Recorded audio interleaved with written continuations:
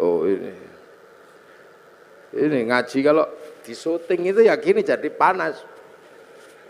Lampune siji loro. Ngerti wong pelindung Kiai ireng. Lampune diakeh, Pak Doso ngerti Kiai ireng lampune sing akeh. Mengarah ke saya semua ini lampunya, bau panas. Jadi walaupun saya ngadep ke sana, saya nggak lihat ada perempuan di sini, nggak kelihatan. Kalau lampunya ke sini. Takwa itu apa? Menghadapkan wajah kemanapun, merasa dilihat Allah. Nah, makanya orang bertakwa itu menjalankan perintahnya, menjauhi larangannya, karena kemanapun merasa melihat Allah. Lah kenapa kalau merasa melihat Allah, merasa dilihat Allah, merasa diawasi Allah kok harus puasa? Ya memang itu caranya. Karena manusia itu nggak kenal Allah. Ini nggak kenal. Tapi manusia yang asli kan kenal. Manusia itu yang asli kenal Allah, wis tahu ketemu kok. Sudah pernah dep-depan sama Allah manusia itu. Ditanya sama Allah, kamu lupa nggak kalau aku ini Tuhanmu? Enggak ya Allah, aku akan ingat engkau Tuhanku. Alastu bi rabbikum? Qalu bala syahidna. Ya, saya akan. Ya sudah, kamu turun sekarang. Fanfukur ruh, maka manusia dari langit diturunkan ke dunia. Langit bus turunkan ke dunia. Ditaruh di mana? Ditaruh di daging dunia. Lah daging ini produksi lokal. Dari makanan orang tua, orang tuanya makan, diproses di perut, dikeluarkan jadi jadi umbel, jadi apa. Nah makanan manusia yang paling intinya itu disimpan di sini, namanya nutfah. Nutfah itu zat hidup yang ada dalam setiap makanan, karena Allah berfirman, idza arada syai'an ayyaqula lahu kun fayakun. Simpan di sini namanya nutfah atau mani. Maka nanti kemudian dicampur, punya bapak, punya ibu, produk dunia ini, Pak Doso, lampunya dimatikan terus dicampur itu. Terus nanti dititipkan ke rahim ibu. 3 bulan jadi segumpal darah, 4 bulan jadi segumpal daging. Nah kalau sudah jadi daging, maka kemudian nyawa turunkan manusia yang dari langit diturunkan masuk ke dalam daging. Nah, begitu masuk ke dalam daging lah proses casingisasi dilakukan. Ditempelkan, manusianya ditaruh dalam daging, dagingnya ditambah kasih tulang, kasih tiang, kasih ikat otot, bungkus kulit, tumbuhkan rambut, 9 bulan keluar. Begitu keluar manusia yang asli sudah di dalam, yang kelihatan bungkusnya. Lah bungkusnya ya tergantung yang buat. Karena yang buat itu pesek ya keluarnya pesek. Kalau yang bungkusnya kok mancung ya keluarnya mancung. Kalau yang bikin bungkusnya kok cantik ganteng, nah keluarnya ini.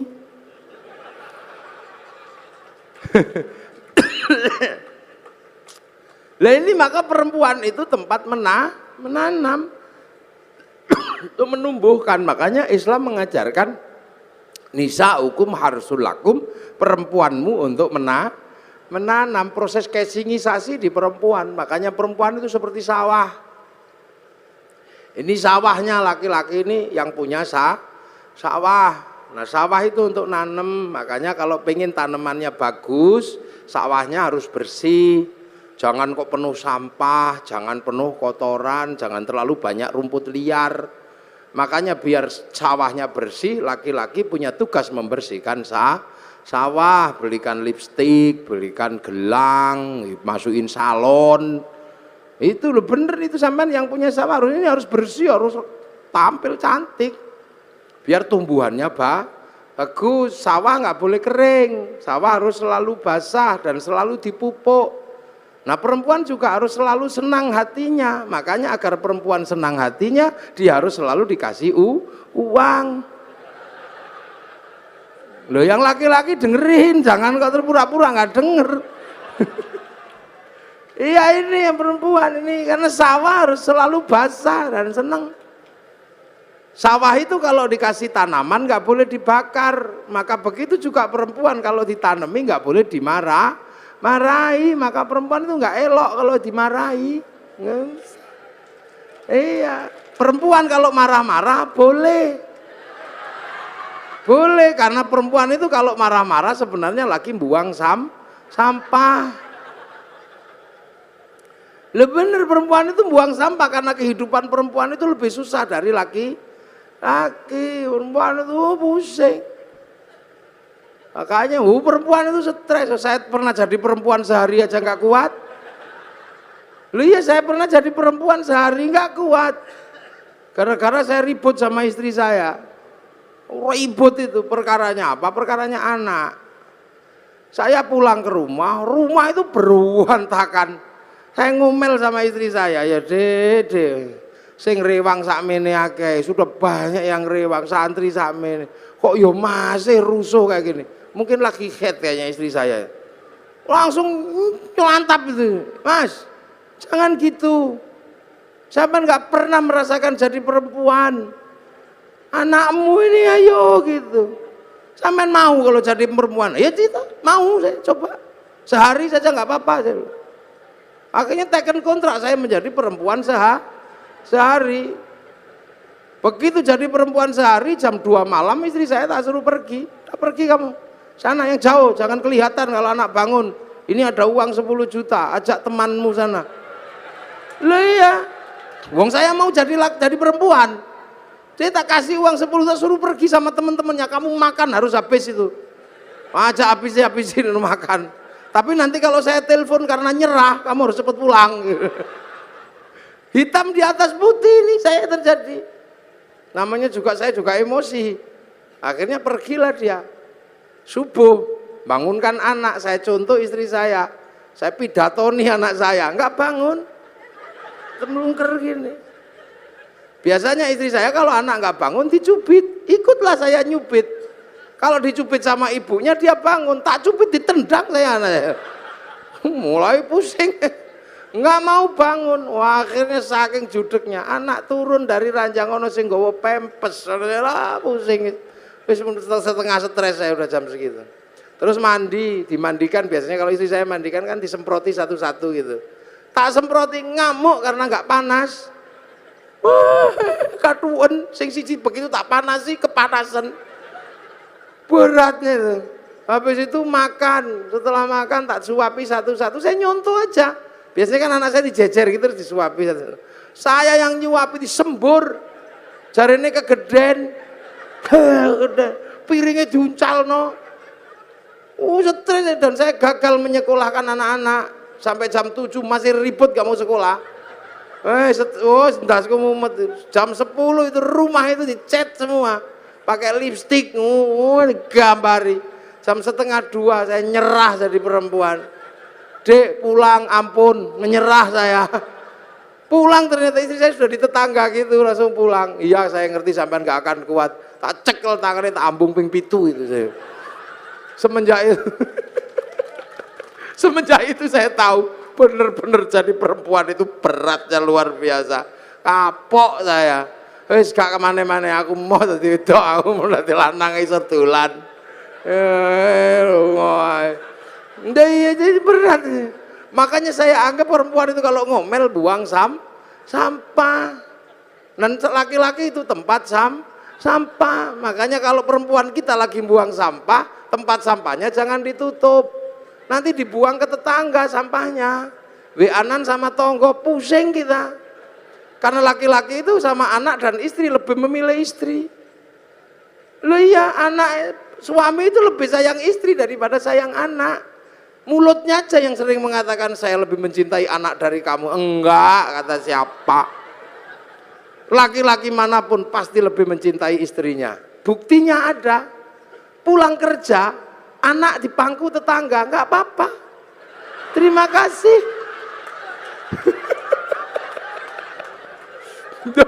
Iya, pulang kerja gitu anaknya di pangku tetangganya. Terima kasih, matur nuwun nggih pun ngomong anak kula. Coba kalau istrinya yang di pangku tetangga, oh langsung bawa arit. Itu tandanya bahwa suami lebih cinta istri, gayanya aja. Makanya perempuan kalau ngomel udah biasa, dia lagi buang sampah, sudah. Dan perempuan kalau lagi emosi harus diredam karena bahaya kalau perempuan itu emosi nggak diredam, marahnya menjadi-jadi. Saya punya pengalaman meredam istri yang sedang marah, itu tak kasih contoh. Ini saya pengalaman pribadi, curhat saya. Bukan curhat, kasih pengalaman. Istri saya tak suruh dandan, Dik, dandan yang cantik. Karena nanti kawinannya santri. Maka habis subuh dandan sampai jam 7 pagi. Perosoku begitu keluar itu cantiknya luar biasa istri saya itu. Oh cantik itu, pergilah ke pernikahan. Bawa anaknya satu, bawa santri satu, namanya Arifin. Begitu sampai di perempatan, ya Allah. Di seberang sana ada perempuan cantiknya luar biasa.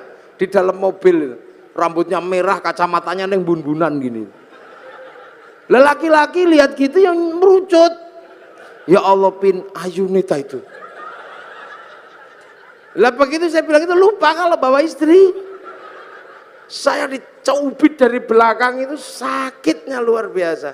Sampai hari ini masih kerasa sakitnya. Padahal sudah 3 tahun yang lalu. Akhirnya saya bilang enggak deh, ya enggak mau ngomel, berang dasar matanya laki-laki. Wah, mau ngomong enggak deh, enggak mungkin, saya udah terlanjur ngomong. Wah itu alisnya itu udah letrek semua itu sini-sini ada. Wong nangis, saya menyesal tapi apa guna, udah terlambat. Sebenarnya saya menyesal juga tapi wis kadung cawit sakit, cakar kelambi belakang saya suwek emang. Dihotel, emosi perempuan kok singo kalau udah emosi. Nggak peduli itu. Perempuan itu kalau udah emosi nggak peduli mau dimanapun lagi. Cakar-cakar. Akhirnya saya redam, Dek. Memang aku tadi lihat perempuan cantik. Iya, tapi dasar matanya laki-laki. Udah tersembunyi masih bisa dilihat. Iya karena aku laki-laki, Dek. Laki-laki itu melihat perempuan cantik tersembunyi apapun pasti tahu.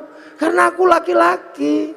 Kalau aku nggak mampu melihat perempuan yang cantik dan tersembunyi, mana mungkin aku dulu menemukanmu. Itu langsung kendor cubitannya itu. Coba kalau istri saya tak bawa, saya kan bisa nanya langsung itu. Masya Allah, gak boleh emosi. Itu perempuan itu untuk nanam lah, makanya ini sampean-sampean ini jangan lupa ini sawah. Perbaiki sawahnya, kasih lipstik, jangan banyak sampah. Mosok perempuan dasteri modal ngono aja. Kasih uang biar senang. Perempuan itu kalau senang, hidupnya tentram, anaknya juga ikut senang. Jangan suka dimarahi, kalau dimarahi emosi perempuan kalau dimarahi, panas hatinya. Di bawah hati atau di atas hati ada payudara. Karena jantung itu di bawah payudara. Dan jantungnya panas, payudaranya ikut panas, air susu ini panas, baterai santan ini belundu, diminum bayi ya bengek. Makanya kalau teteknya nggak sehat bayinya bengek, maka ada istilah tetek bengek.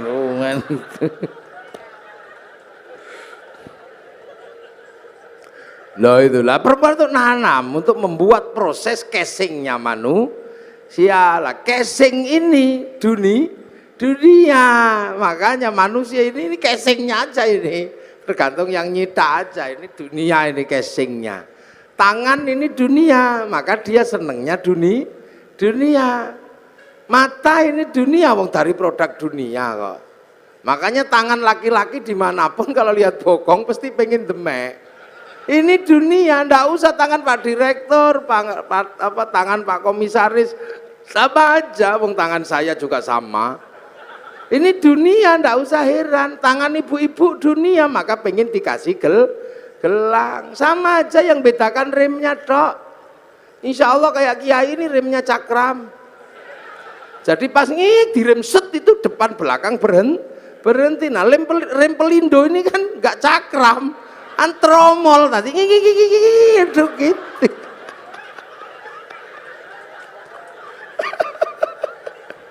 Lah ini dunia. Loh makanya yang dunia, yang berasal dari dunia, ya senengnya dunia. Mata ini ya senengnya dunia. Kaki ya senengnya dunia, telinga senengnya dunia. Nggak usah heran. Makanya kalau kita dengar adzan Allahu Akbar, Allahu Akbar, yang nyawanya, yang manusia, yang asli, yang dari langit, yang kenal Allah, tek pengen sholat, tapi bokong ini kan dunia. Makanya ya duduk aja. Sampai kiainya Robbana ya Robbana, karena nunggu bokongnya belum berangkat. Robbana ya Robbana udah kelamaan nggak dateng ya tombo ati wis pegel nambah niatine dhewe. Kalau udah capek nggak dateng baru kiainya ngamuk, diuruki anjang baru jeruan dal teko itu. Nah, itu dunia ya begitu. Ada orang minta-minta gitu, paring den, tek pingin ngasih yang nyawa ini, yang akhirat. Tapi tangan ini kan dunia, begitu masuk saku, oh kasap 1.000, minggir 50, cari yang 2.000, lemas itu ya biasa. Yang donyo. Makanya jangan heran kalau sholat Allahu Akbar. Ini kan pengen ngadep Allah, ini wajah tuh iya, tapi mata ini dunia, ya nggak bisa. Begitu melek ini ya, oh sarungnya bolong ya, nggak bisa. Allahu Akbar, kuping ini dunia, begitu tuh tet, bel kantor masuk. Kalau ada bakso, ting, bakso. Hujan gretek-gretek, ya Allah sepatuku kudanan. Nggak bisa yang dunia, wong ini memang dunia. Allahu Akbar. Bismillahirrahmanirrahim. Sabbihisma rabbikal a'la alladzi khalaqa fasawwa walladzi qaddara fahada. Suwe. Lama ini yakin suwe.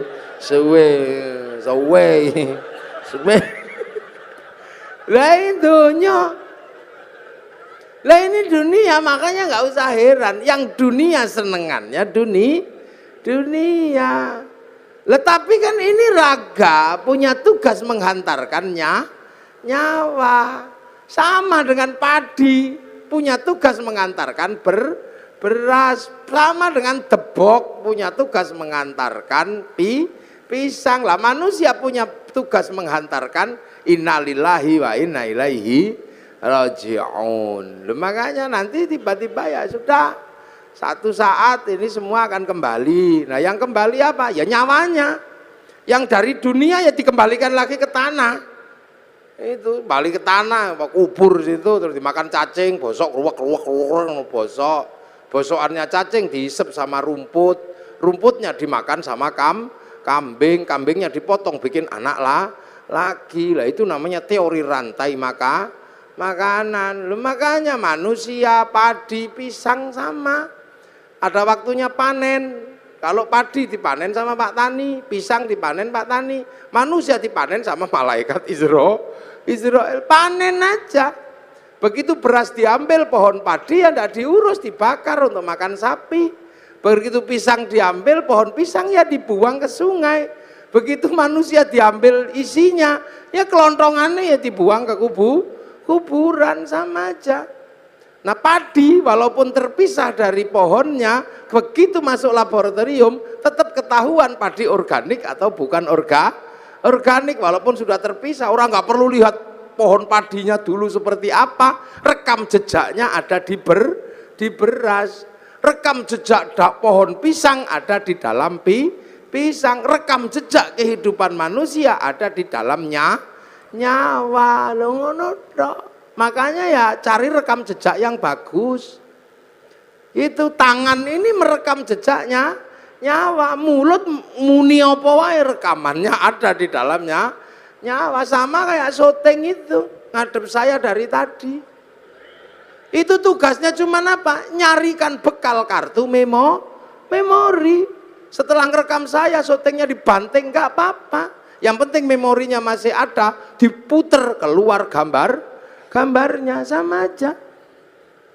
Manusia juga gitu, makanya cari rekaman yang yang bagus. Nah, orang tidak mendapat rekaman bagus kalau nafsunya tinggi, egonya tinggi. Lah ego itu ada di dalam jasad. Makanya jasad disuruh ngurangi makanannya agar ego jasadnya tuh turun. Makanya kalau mata melihat gini, egonya turun, lihat istri gemuk, alhamdulillah, egonya udah turun, alhamdulillah gemuk. Tanpa tak kasih makan 3 hari juga masih hidup. Akhirnya ruhani kita merekam alhamdulillah. Tangan pegang panas, masya Allah. Tapi kalau ego tangannya tinggi megang telek, oh telek ini ya yang terekam telek. Sendal hilang, kalau egonya sudah turun, sendal hilang, masya Allah. Tapi nek egonya tinggi sendalnya hilang, waduh sih ya sudah, kambing ini. Akhirnya yang terekam itu kambing. Begitu masuk laboratorium kok ada kambing dipanggil, "Beng, kok kamu ada dalam hatinya orang ini?"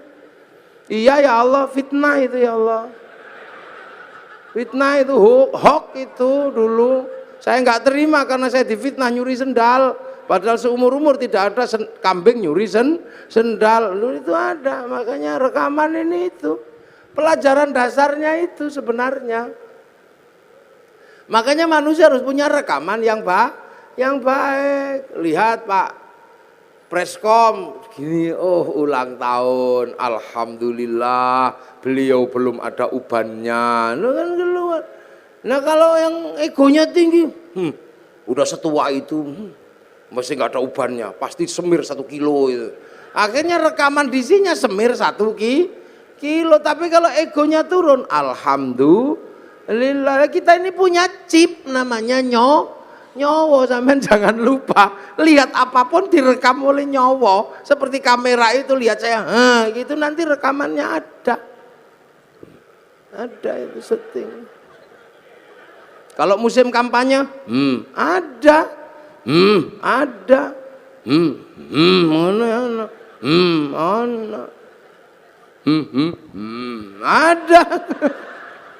Itu rekamannya ada semua itu di situ nanti. Sama dengan manusia, dingke wong adus, ono sesuk rekamane. Begitu diputer metu meneh rekamane sampean saumur urip ada. Makanya rekamlah yang bagus. Nah, agar rekamannya bagus, nafsunya harus diturunkan. Lah nafsu diturunkan dengan cara puasa. Makanya orang kalau puasanya ini kuat, nafsu egonya tuh turun. Sebab apa? Orang kalau sudah egonya turun, apa-apa bisa melihat Allah. Ayam naik masjid, itu orang kalau egonya turun, ayam naik masjid, alhamdulillah, masya Allah ada ayam naik masjid, syukur ya Allah terima kasih.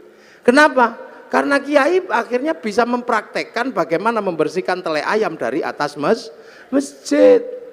Ilmu yang demikian sulit membersihkan tele ayam dari atas masjid bisa dipraktekkan karena ada ayam naik masjid. Nah, kalau nggak ada ayam naik masjid nggak bisa dipraktekkan karena kiai tidak boleh bawa telek ke atas masjid.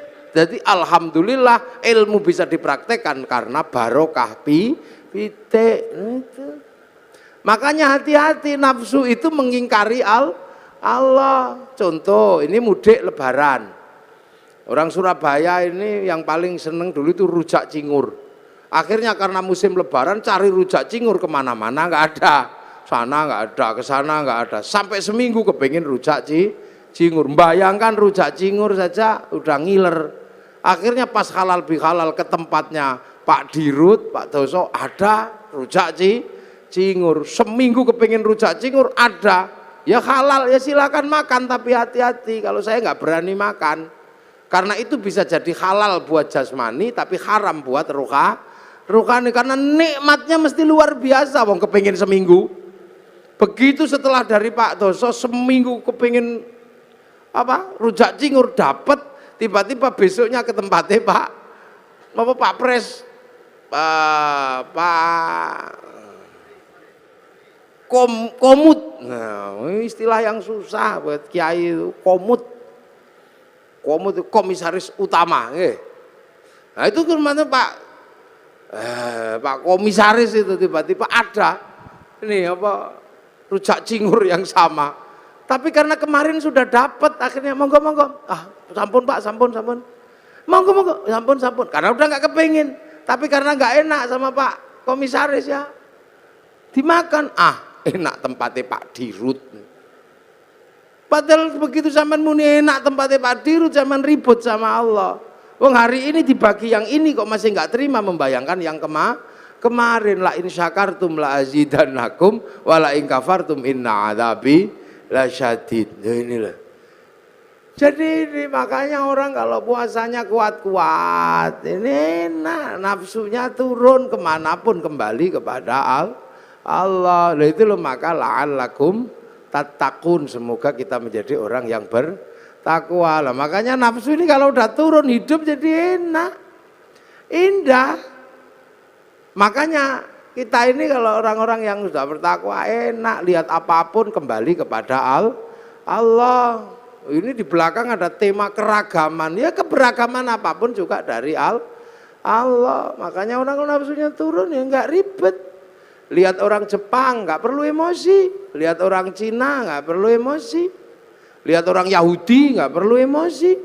Toh kita hidup bersama-sama. Sekarang orang Jepang nggak datang, tapi mic-nya datang. Ini kan bikinan Jepang. Ya, jadi kita ngaji ini pun melibatkan orang Jepang. Kita ngaji melibatkan kipas angin mereknya Mas Pion Cino sing gawe. Kalau kita malam longok-longok pengen ngerokok, gudang garam Cino. Pergi haji kita nggak bisa jalan kalau nggak ada pesawatnya orang Yahudi. Wong Pak Habibie disuruh bikin pesawat nggak jadi, wong namanya tetuko. Sing teko ra tuku, sing tuku ra teko. Makanya kiai-kiai nggak ada yang ribet. Istri kita cantik-cantik karena parfum dan bedaknya orang Prancis. Nasrani karena bedak Surabaya nggak mau make, wong beras ditumbuk ya blonteng kah. Biasa aja hidup itu begitu. Iya kita ngaji gini misalnya, ya ngaji ini baik, wong pengajian. Ya makanya kalau saya mengatakan saya lah orang terbaik hari ini, ya bisa saja, wong saya sendirian ngomong di depan minumannya banyak. Tapi saya juga nggak bisa terbaik di sini karena baiknya saya ada panitia yang bikin pengajian. Kalau nggak ada panitianya ya saya nggak ada di sini. Lalu terus siapa yang terbaik? Ya panitia pasti mengatakan saya yang terbaik. Saya mengatakan kalau saya nggak datang pengajianmu jelek. Lah itu baru dua udah ributnya luar biasa. Belum lagi kalau sampean ikut-ikutan. Ya ini menjadi baik karena saya mau hadir. Coba kalau saya nggak ada yang datang, itu bukan pengajian namanya. Lah apa? Cek sound. Bukan kayak gini. Lah orang-orang yang sudah mengembalikan semua kepada Allah, enak, nggak ribet, biasa aja orang. Terus kita misalnya, ini pengajian jadi indah karena ada yang nata kursi. Apa yang nata kursi itu sholat subuh? Ya belum tentu. Jangan-jangan yang nata kursi nggak sholat subuh, tahu. Sama kita makan jadi enak karena apa? Ada bumbu. Bumbu bisa enak karena diulek pakai cowek. Kita nggak pernah tahu waktu bikin cowek itu bikin cobek. Jangan-jangan pas airnya kurang dikencingi juga nggak tahu gitu. Hidup itu indah. Jadi orang itu kalau sudah mengembalikan semua kepada Allah, nyaman, udah gak ribet. Orang Surabaya ini nggak punya garam, yang punya garam orang Madura. Sampai nggak tahu waktu orang Madura bikin garam, jangan-jangan kebelet pipis kolamnya dipipisi, ya nggak ngerti kita. Makanya jangan mudah berburuk sangka sama orang, biasa aja hidup itu. Ini makanya akhir-akhir ini begitu orang takut puasa, ini orangnya ribut aja, dikasih apa ribut, dapat apa ribut, itu biasa aja. Ini ngaji, ya ini ngaji, ini minumnya kopi. Kopi ini kita nggak ngerti, jangan-jangan yang metik kopi ini belum gajian, ini kita nggak tahu. Jangan-jangan yang metik kopi malah mati digigit ular. Maka semua kembalikan aja deh kepada Allah. Nah ini syaratnya apa? Nafsunya turunkan. Minimal dengan mengurangi makan kita bisa berlatih untuk menghadirkan dalam setiap kehidupan merasa ada Allah. Sehingga apapun rekamannya bagus. Makanya kepala sering diajak ngerekam kalau zikir la ilallah. Biar kepalanya ini merekam Allah, tangannya pakai tasbih Allah, ya Allah, ini rekamannya Allah. Semua direkam. Makanya sampean jangan heran. Rekaman kita ini terhubung langsung dengan servernya Allah, namanya Lauhil Mahfud. Sama kayak sampean, karena punya kartu handphonenya bisa di GPS kemanapun. Sama dengan manusia, mau lari kemanapun di GPS sama Allah. Loh ya inilah, nah ini yang bisa kita ambil dari yang namanya puasa itu ini. Nah ini halal bihalal ini Pak, ini amma ba'du. Nah ini baru muqaddimah selesai. Lu saya belum mulai ngaji. Lah kan saya baru amma ba'du. Lu ngajinya kiai itu ada amma ba'du. Dari tadi sudah amma ba'du belum saya? Ya belum. Ini baru amma ba'du, jadi ini baru muqaddimah. Ini baru pembukaan. Lah inilah artinya ini, pokoknya tahun depan ini jangan kaget, puasa aja deh. Itu jadi jalani puasa dengan sukacita. Makan ya silahkan. Boleh kok puasa itu kalau nggak tahan makan. Boleh aja, tapi jangan masuk ke belakang kindil-kindil itu. Aman haus pengen es jeruk, apa pengen es kopior gitu, minum aja. Kemu boleh. Yang penting tidak masuk ke belakang kindil-kindil di leher ini loh. Batas mulut itu kan di kindil-kindilnya itu. Makanya sikatan boleh, nyicipi makanan boleh, tapi jangan masuk ke belakang kindil-kindil itu. Batas mulut itu bukan di sini, tapi di dalam ini. Yang ada kiwil-kiwilnya itu lah. Nah, kalau tidak masuk ke belakang itu, kemu boleh, sikatan boleh. Apalagi sikatan karena bukan makanan, jadi tidak ada orang niat makan odol, itu tidak ada. Tapi kalau es campur begitu masuk ya haram, langsung batal. Enak kok puasa itu. Yang tidak boleh itu ngentut di air. Karena kalau ngentut di air, airnya langsung masuk jerup ke dalam.